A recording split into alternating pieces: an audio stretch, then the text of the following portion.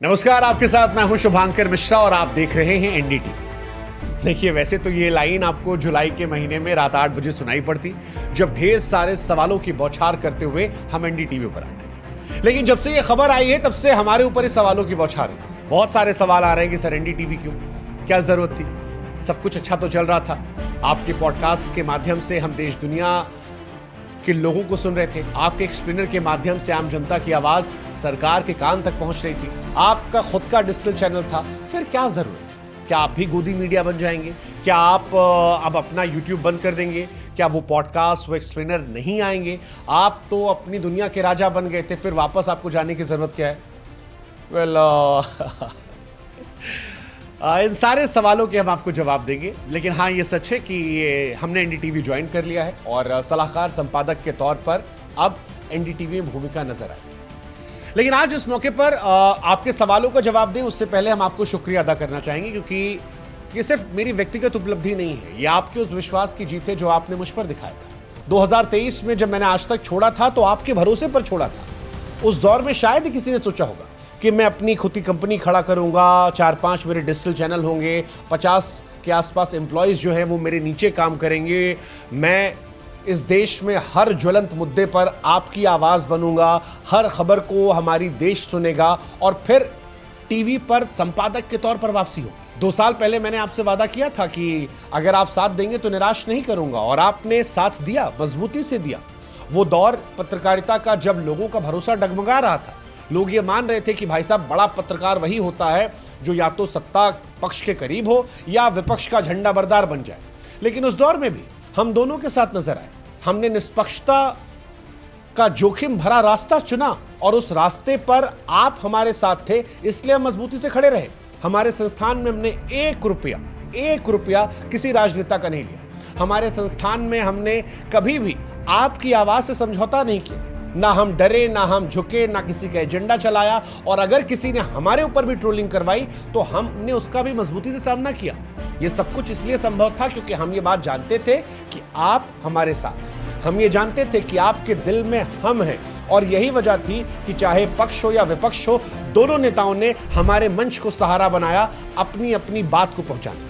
विपक्ष से चाहे अखिलेश यादव जी हो, दिल्ली के चुनाव में अरविंद केजरीवाल जी हो, पप्पू यादव जी हो, चंद्रशेखर आजाद जैसे नेता हो, सबसे हमने तीखे सवाल पूछे। और वैसे ही सत्ता पक्ष से चाहे नितिन गडकरी जी हो या फिर मध्य प्रदेश के मुख्यमंत्री मोहन यादव जी, उत्तराखंड के पुष्कर धामी जैसे कई मुख्यमंत्रियों, दिल्ली के चुनाव में दिल्ली के सभी सांसदों को साथ बिठाकर जनता की आवाज को उनके समक्ष रखा।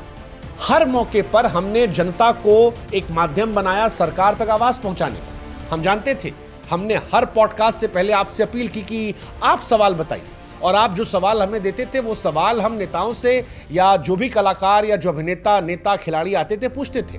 तो हमने आपके साथ मिलकर एक रिश्ता बनाया और वो रिश्ता बड़ा मजबूती से चला। ये आपका विश्वास था जिसने मौका दिया, और मैं आज इस बात को खुले मन से स्वीकार कर रहा हूं कि वो जो रिश्ता हमारे आपके बीच में शुरू हुआ था, उसी की वजह से आज टीवी चैनलों ने हमें बुलाना शुरू किया, और उसके बाद हमारी शर्तों पर अब हम एक बड़े चैनल के साथ जुड़कर सलाहकार संपादक के तौर पर अपनी सेवाओं को देंगे, जहां हम आप ही की बात उठाएंगे। वो सवाल जो आप पूछ रहे हैं कि क्या गोदी मीडिया बन जाएंगे, क्या आप छोड़ देंगे, उन सवालों के जवाब पर जाने से पहले मैं एक बात आज कहना चाहता हूं इस मौके का फायदा उठाकर, कि मेरी कहानी मेहनत, हिम्मत और असफलताओं से सीखने की कहानी थी। हम छोटे शहर के लोग हैं। मैं छोटा शहर गोंडा से नोएडा आया था, और जब मैंने आज तक छोड़ा था तब भी ये बात मैंने कही थी कि छोटे शहर के लड़कों के सपने बहुत बड़े होते हैं। कुछ भी नहीं था हमारे पास, कुछ भी नहीं था। मैं जब नोएडा आया था, इंडिया न्यूज़ मेरा पहला चैनल था, और वहाँ पर सैलरी भी नहीं मिलती थी।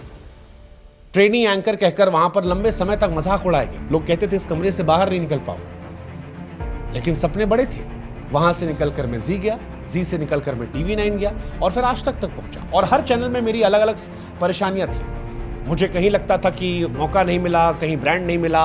आज तक में दोनों चीज़ें मिली, लेकिन फिर मुझे लगा कि जिस जोश, जिस ऊर्जा के साथ मैं काम करना चाहता हूँ, क्या उतने अवसर मेरे लिए हैं?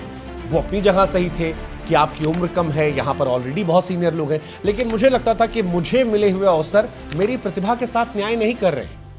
और मैं कभी भी उन लोगों में नहीं रहा जिन्होंने शिकायतें करके या किलस कर जिंदगी बर्बाद। जब हमने आज तक को छोड़ने का फैसला किया था उस वक्त वो जीवन का एक बहुत कठिन फैसला था। बहुत सारे सहयोगियों ने उस दौर में भी कहा था कि शुभांकर अगर तुम कामयाब हो गए तो ये मिसाल के तौर पर जाएगा कि सारी दुनिया से कहा जाएगा देखो उसने किया तुमने कर लिया। लेकिन याद रखना अगर तुम असफल हो गए तो यही सारी दुनिया तुम पर तंज कसेगी और जिंदगी में कभी टीवी पर लौट नहीं पाओगे। लोग कहते थे कि तुम्हारा उदाहरण दिया जाएगा कि देखो एक आदमी को कम उम्र में इतना सब कुछ मिल गया, उसका दिमाग खराब हो गया। लेकिन उस वक्त भी हम ये जानते थे कि अगर हम ईमानदारी से मेहनत करेंगे, निष्पक्षता से जनता की आवाज उठाएंगे तो इस देश में जनता का प्यार जो है वो पीआर बन जाता है और जिसके साथ भी जनता खड़ी हो जाती है उसको कोई कुछ कर नहीं पाता। उस दौर में भी बहुत सारे लोगों ने आरोप लगाया था, बहुत सारी बातें उड़ाई गई थी, बट उन बातों से अलग हटकर हम आपके साथ मिलकर काम करते रहे। सच कहें तो उस दौर में भी परिवार ने भी साथ नहीं दिया था। मैंने उस वीडियो में कहा भी था कि मेरे पिताजी और परिवार के लोग इस बात को लेकर चिंतित थे कि भैया आज तक छोड़ दोगे तो शादी ब्याह नहीं होगा। वो वीडियो में पड़ा है। हमारे अपने पिताजी ने हमसे कह दिया कि यार एक काम करो यार, शादी ब्याह कर लो, उसके बाद नौकरी छोड़ना, क्योंकि आज तक छोड़ दोगे रिश्ता नहीं आएगा। वैसे पिताजी की वो बात सही थी कि शादी नहीं हुई, अभी भी नहीं हुई, लेकिन इसलिए नहीं हुई कि कोई अपनी बिटिया लाकर नहीं दे गया, इसलिए नहीं हुई क्योंकि हम दिन रात काम करते रह गए, समय नहीं मिला जीवन के बारे में सोचने का। बीते 2 सालों में हमने छुट्टियां नहीं ली, दिन रात हम काम करते रहे, बिना ठहरे बिना रुके अलग अलग काम करते रहे। छोटी सी टीम हमारी थी, लेकिन उस छोटी सी टीम में हम पॉडकास्ट की दुनिया में टॉप 3 में थे, हम एक्सप्लेनर की दुनिया में टॉप 3 में थे, हम स्पोर्ट्स में नंबर 1 निरंतर बरकरार रहे। व्यूअरशिप के ओवरऑल मामले में हमारे आसपास कोई नहीं रहा। यह आपकी ताकत का नतीजा था, यह हमारी मेहनत थी, लेकिन उसके साथ आपका भरोसा, आपकी ताकत थी। और इसीलिए आज हमारी जवाबदेही आपको भी है। हमने जो पॉडकास्ट शुरू किया था, आज बहुत गर्व होता है मुझे इस बात को कहने में कि पॉडकास्ट पहले केवल मुंबई तक सीमित थे। 1-2 लोग मुंबई में करते थे और उन्हीं को दुनिया देखती। लेकिन टीवी छोड़ने के बाद जब पॉडकास्ट की शुरुआत हमने नोएडा, दिल्ली में की, तो आज देश के कोने कोने में लोग पॉडकास्ट कर रहे हैं। वो हमारी पीली कुर्सी आज ब्रांड बनी हुई है। तमाम ऐसे नेता हैं जो आते हैं और कहते हैं कि शुभांकर पीली कुर्सी पर ही बैठे। तमाम ऐसे पॉडकास्टर्स हैं जिन्होंने सेम पीली कुर्सी कॉन्सेप्ट उठाया, और यह हमें एहसास दिलाता है कि हमने जो कम संसाधनों में एक शुरुआत की थी, वो धीरे धीरे वो जो बीज बोया था वो आज एक बड़ा वृक्ष बन गया। छोटा सा संस्थान हमारा, जगह छोटी सी थी, उस वक्त पैसे कम थे, टेक्नोलॉजी इतना मजबूत नहीं थी, लेकिन हमें यह भरोसा था कि अगर आप हमारे साथ होंगे तो चीजों को हम बेहतर कर देंगे, और वो हमने किया। आप हमारे पहले पॉडकास्ट से आज के पॉडकास्ट को देख लीजिए, हमारे पहले वीडियो से आज के वीडियो को देख लीजिए। आपको स्क्रीन क्वालिटी से लेकर उसके पिक्चरेशन, उसकी एडिटिंग में जमीन आसमान का फर्क होगा, क्योंकि हमने गलतियां कर कर सीखा। और जब हम गलतियां भी कर रहे थे तब भी आप हमारे साथ खड़े थे। इसीलिए इस मौके पर मैं कह रहा हूं कि आपके साथ की वजह से मुझे यकीन हुआ, और जब मैं सफल हुआ तो हजारों युवा पत्रकारों को इस बात का यकीन हुआ कि संस्थान अगर मौका ना भी दे तो भी ईमानदारी, निष्पक्षता और लगन से अपनी दुनिया बनाई जा सकती है। हमने हर दिन कुछ नया सीखा, और आज जो कुछ हमने हासिल किया है वो उस मेहनत का असर है, समर्पण का असर है, और इन सब से आगे बढ़कर आपके विश्वास का असर है। अब आते हैं आपके सबसे बड़े सवाल कि एनडीटीवी क्यों, और क्या आपका चैनल जो है वो बंद हो जाएगा? वो जो सवाल आपके मन में है कि भाई जब डिजिटल चैनल के आप खुद मालिक थे तो फिर इस कदम की जरूरत क्या थी जब देश आपको ऑलरेडी सुन रहा था? तो इसका जवाब मेरे पुराने वीडियो में भी है, जब मैंने आज तक छोड़ा था। मैंने हमेशा ये बात कही है कि आप अपने काम से प्यार कीजिए। मैंने हमेशा कहा है संस्थान मायने नहीं रखता अगर आप काम से मोहब्बत करते हैं। जब टीवी पर पहली बार कोई एक लाइव बुलेटिन पढ़ते मुझे बीच से हटाया गया था कहकर कि एक बड़े एंकर आने वाले हैं, वो उस बड़े नेता के साथ चर्चा करेंगे और आप उठ जाइए, तब भी किलसने की जगह मैंने ये सोचा कि एक अवसर है, एक अवसर जहां शायद नियति ने मुझे एक नया मौका दिया है कुछ नया करने का, और हमने किया। मुझे उस वक्त ये एहसास हो गया था कि आप 24 घंटे टीवी पर खबर नहीं पढ़ सकते। आज तो चलो बॉस से कहने पर हटा दिया गया, और वहां से हमने डिजिटल सफर की शुरुआत की। वो डिजिटल सफर जिसका शुरुआत में 2019-20 में लोगों ने मजाक उड़ाया, लेकिन आज देश के तमाम टीवी संस्थान हैं वो उसी फॉर्मेट को जो 2019-20 में हम कर रहे थे आज अपने यहाँ पर अप्लाई कर रहे हैं, और उसके लिए अच्छी खासी उनके पास टीम है। आप देखिए आज तमाम टीवी चैनलों के इंस्टाग्राम, तमाम टीवी चैनलों के शॉर्ट्स, तमाम टीवी चैनलों के शॉर्ट फॉर्मेट वीडियोस, आपको हमारी 2019-20 की उसमें छवि नजर आएगी। वो मोटिवेशनल कोट्स जो हमने शुरुआत की थी आज तमाम प्राइम टाइम शोज में देश के बड़े बड़े एंकरों ने उसे शामिल कर रखा है। उस वक्त हमारा मजाक उड़ाया गया था, जब टीवी हमने छोड़ा था तब भी मजाक उड़ाया गया था, और अब जब हम जा रहे हैं तब भी सवाल है। लेकिन इस बार जब हम टीवी जा रहे हैं तो हम आपको यह स्पष्ट कर दें कि हम डिजिटल छोड़कर नहीं जा रहे हैं। आज टीवी और डिजिटल की दीवारें धुंधली पड़ चुकी हैं। जो संस्थान हमारा है ये यूं ही चलता रहेगा। जो पॉडकास्ट आप हमारे देखते हैं वो यूं ही आते रहेंगे। जो एक्सप्लेनर के माध्यम से हम आपकी आवाज उठाते हैं वो और धारदार होकर और ज्यादा तीखा होकर आपको भविष्य में मिलते रहेंगे। वो स्पोर्ट्स के वीडियोस जो आते हैं वो सारे ऐसे ही चलते रहेंगे। जो कुछ चल रहा है, जो हमारा आपका रिश्ता है, ये यूं ही चलता रहेगा। इसमें कोई बदलाव नहीं होगा, बस इसमें एक जुड़ाव होगा टीवी का। और वो इसलिए क्योंकि आज टीवी और डिजिटल की दीवारें धुंधली, जैसा मैंने कहा, और अब आज के दौर में उसी पत्रकार का इंपैक्ट जमाने पर होगा जो दोनों मॉडल को साथ लेकर चलेगा। अब सवाल हुआ कि एनडीटीवी ही क्यों ज्वाइन किया? एनडीटीवी इसलिए ज्वाइन किया क्योंकि एनडीटीवी में जो बॉसेस हैं उन्होंने मुझे इस बात की गारंटी दी है कि निष्पक्ष पत्रकारिता के लिए मुझे जगह दी जाएगी। मेरे बॉस वहां पर राहुल कंवल साहब हैं और उन्होंने मुझे यह भरोसा दिलाया है कि जो सवाल आज मैं अपने एक्सप्लेनर के माध्यम से सरकारों से पूछता हूं, हर घटना पर जिम्मेदार लोगों से पूछता हूं, हर घटना को लेकर जिस निष्पक्षता से उसका विश्लेषण हम करते हैं, यही आजादी हमारे नए शो में भी होगी। एनडीटीवी पर जाकर मैं पॉडकास्ट नहीं करूंगा, एनडीटीवी पर जाकर मैं स्पोर्ट्स नहीं करूंगा।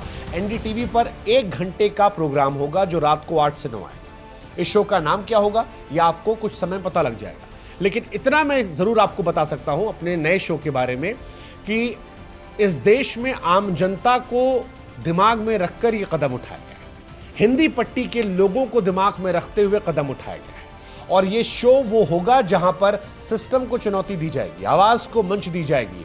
राष्ट्रीय विमर्श से जो खबरें गायब रहती हैं आम लोगों की, जो शायद टीआरपी का हिस्सा नहीं होती हैं, उनको भी इस शो में जगह दी जाएगी। यह शो सिर्फ एक टीवी प्रोग्राम नहीं होगा, एक निडर जहां पर ग्राउंड जीरो को प्राथमिकता दी जाएगी और भारत की आत्मा से जुड़ी पत्रकारिता का यह प्रतीक होगा। यह शो भारत को उस भारत से जोड़ेगा जो शहरों की चमक दमक से परे होगा, गांवों, कस्बों, खेतों में बसता होगा, उनकी आवाजों को ही पहुंचाएगा। यह वो शो होगा जो उन लोगों की आवाज बनेगा जिनकी आवाजें शायद सरकारों तक, सिस्टम तक नहीं पहुंच पाती हैं, जिम्मेदार लोगों तक नहीं पहुंच पाती हैं। और अगर आपको यह लग रहा है कि यह सब कहां लिखकर आया है, कैसे मैं कह रहा हूं, किस आधार पर, तो आप वो तमाम वेबसाइट्स जहां पर एनडीटीवी के माध्यम से खबरें छापी गई है मेरी ज्वाइनिंग की, वहां पर जाइए, आप पढ़िए, जहां पर एनडीटीवी ने साफ साफ लिखा है कि शुभांकर मिश्रा की डिजिटल फॉलोइंग सिर्फ आंकड़ा नहीं है, भरोसे का प्रतीक है। वो भी ये कह रहे हैं कि जब मैं वहां जा रहा हूं तो ये नियुक्ति नहीं है,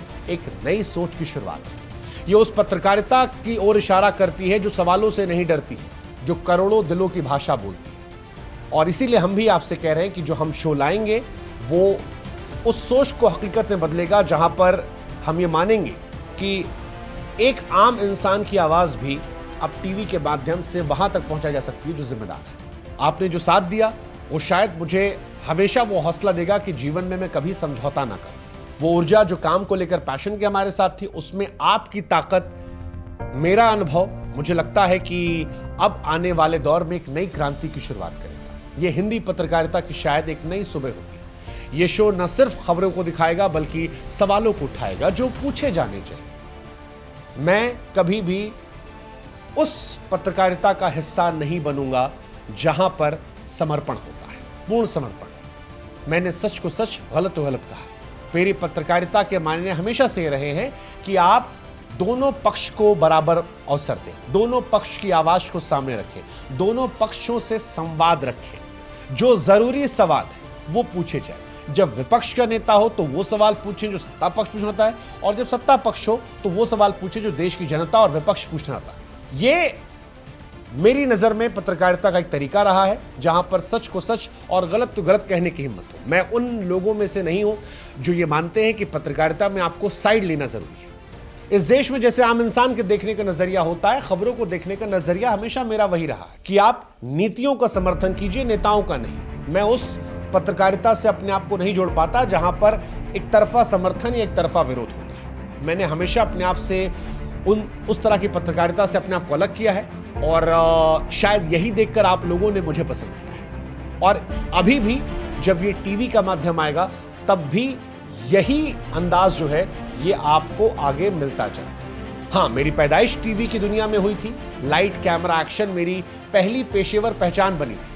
लेकिन मैं इस हकीकत से पूरी तरह से वाकिफ हूं कि मेरी असली पहचान जो देश दुनिया में, जो घर घर में मेरी पहुंच हुई, वो पहचान मुझे डिजिटल ने दी। डिजिटल ने मुझे वो आज़ादी दी जहां पर टाइम स्लॉट की पाबंदी नहीं थी, जहां पर बॉसेस के दिशा निर्देश नहीं थे, यहां पर हमारे आपके बीच में सीधा संवाद था और आपके बीच का लड़का इसी वजह से उठकर वहां पहुंचा जहां देश दुनिया के तमाम प्रतिष्ठित लोग मेरे छोटे दफ्तर में पहुंचे और हमने उनसे आपके सवाल पूछे। जनता के सवालों को सीधे उस व्यक्ति से हमने जोड़ दिया। और कोई भी पॉडकास्ट आप उठा लीजिए, हर व्यक्ति को लेकर जो सवाल आप पूछना चाहते थे वो हमने पूछा। हमने अपने आप को सिर्फ एक मीडिएटर के तौर पर रखा। हमने इस बात का एहसास शुरू से रखा था कि आप इंपॉर्टेंट हैं, हम इंपॉर्टेंट नहीं हैं। हम खबरें आपके लिए बनाते हैं, आपके हक की बात करते हैं। कई बार हमने विरोध सा, बहुत सारे लोगों की ट्रोल आर्मी हमारे पीछे पड़ी, लेकिन आम लोगों की आवाज हमने नहीं छोड़ी और यही सिलसिला आगे भी जारी रहेगा। यहां भी हम सवाल पूछेंगे, जवाब मांगेंगे और वो सब कुछ कहेंगे जो एक पत्रकार के तौर पर कहना चाहिए, एक नागरिक के तौर पर समझना चाहिए। और इस बात को आप भी समझेंगे कि टीवी की पहुंच सत्ता के गलियारों तक है, डिजिटल आम आदमी सीधे जुड़ा हुआ है। लेकिन मेरा यह सोचना था कि अगर इन दोनों दुनियाओं को मिला दिया जाए तो क्या कमाल हो सकता है। और बिल्कुल हो सकता है। अगर डिजिटल और टीवी को मिलाकर एक मजबूत ताकत के तौर पर पत्रकारिता की जाए तो हम और आप आम लोगों के लिए एक आंदोलन खड़ा कर सकते हैं।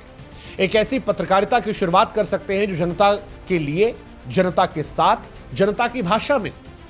मैं डिजिटल को छोड़ नहीं रहा, बल्कि टीवी को डिजिटल की आत्मा से जोड़ रहा हूं। मेरे पॉडकास्ट, मेरे एक्सप्लेनर, मेरे स्पोर्ट्स वीडियोस और जो कुछ किस्से कहानियां हम कर रहे थे वो जैसे आ रहे थे उस रफ्तार से 4 गुना रफ्तार बढ़कर ही आएंगे, घटकर नहीं आएंगे। हाँ, टीवी को अपनी जिंदगी में जो हमारा अपना सोने का, खेलने का या मी टाइम होता था उसमें से 1-2 घंटा निकालकर हम दें। और मैं आपको उस 1-2 घंटे को लेकर भी कह दूं कि वो जो पत्रकारिता टीवी पर की जाएगी वो आराम के लिए या पैसा कमाने के लिए नहीं है, केवल नाम कमाने के लिए नहीं है।